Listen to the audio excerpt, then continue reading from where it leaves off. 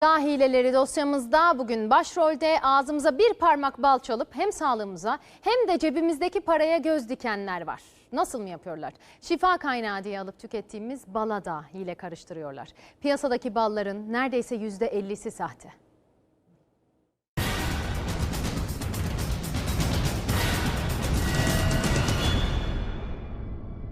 Balla aranız nasıl?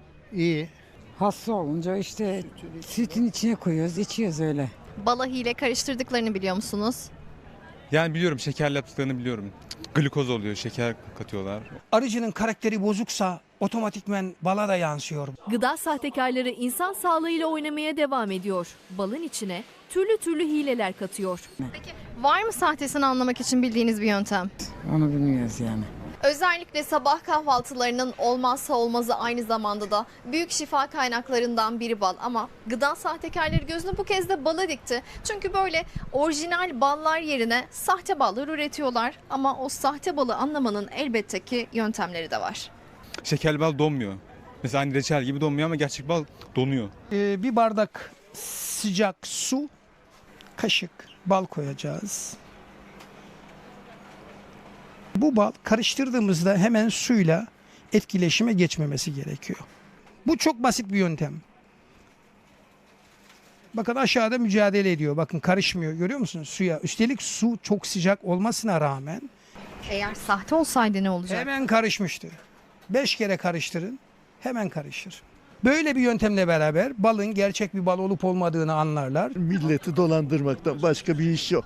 Eğer balda bir sahtelik varsa, bir mısır şurubu varsa, bir glikoz varsa, dışarıdan şeker fazla katılmışsa o bal koyduğunuzda nasıl ki bir şekeri koyuyorsunuz hemen karışıyor suya, aynen hemen karışır. İşin şu yaşına kaçıyorlar.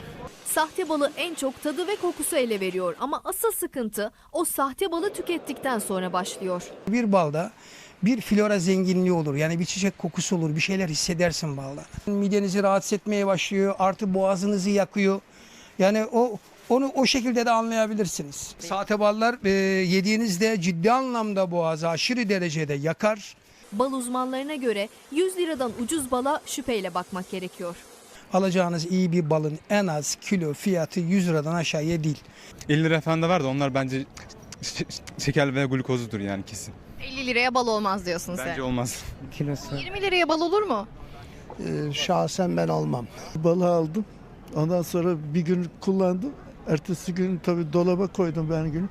Ertesi gün bir baktım altına öyle tamamen şeker çökmüş. Bala hile karıştırıyorlar, biliyor muydunuz bunu? Yok, bunu bilmiyorduk. Dört duvar arasında neydi belli olmayan ürünler yapılıp piyasaya sürülüyor ama adına bal deniliyor. Fakat kesinlikle bunların balla bir alakası yok. Sahte ballar üretiyorlar. Sahte bal üretildiğini biliyoruz ama aldığımız zaman her yerden almıyoruz. Balı anlayabilmek için alacağınız adreslere, markalara dikkat etmeniz gerekiyor.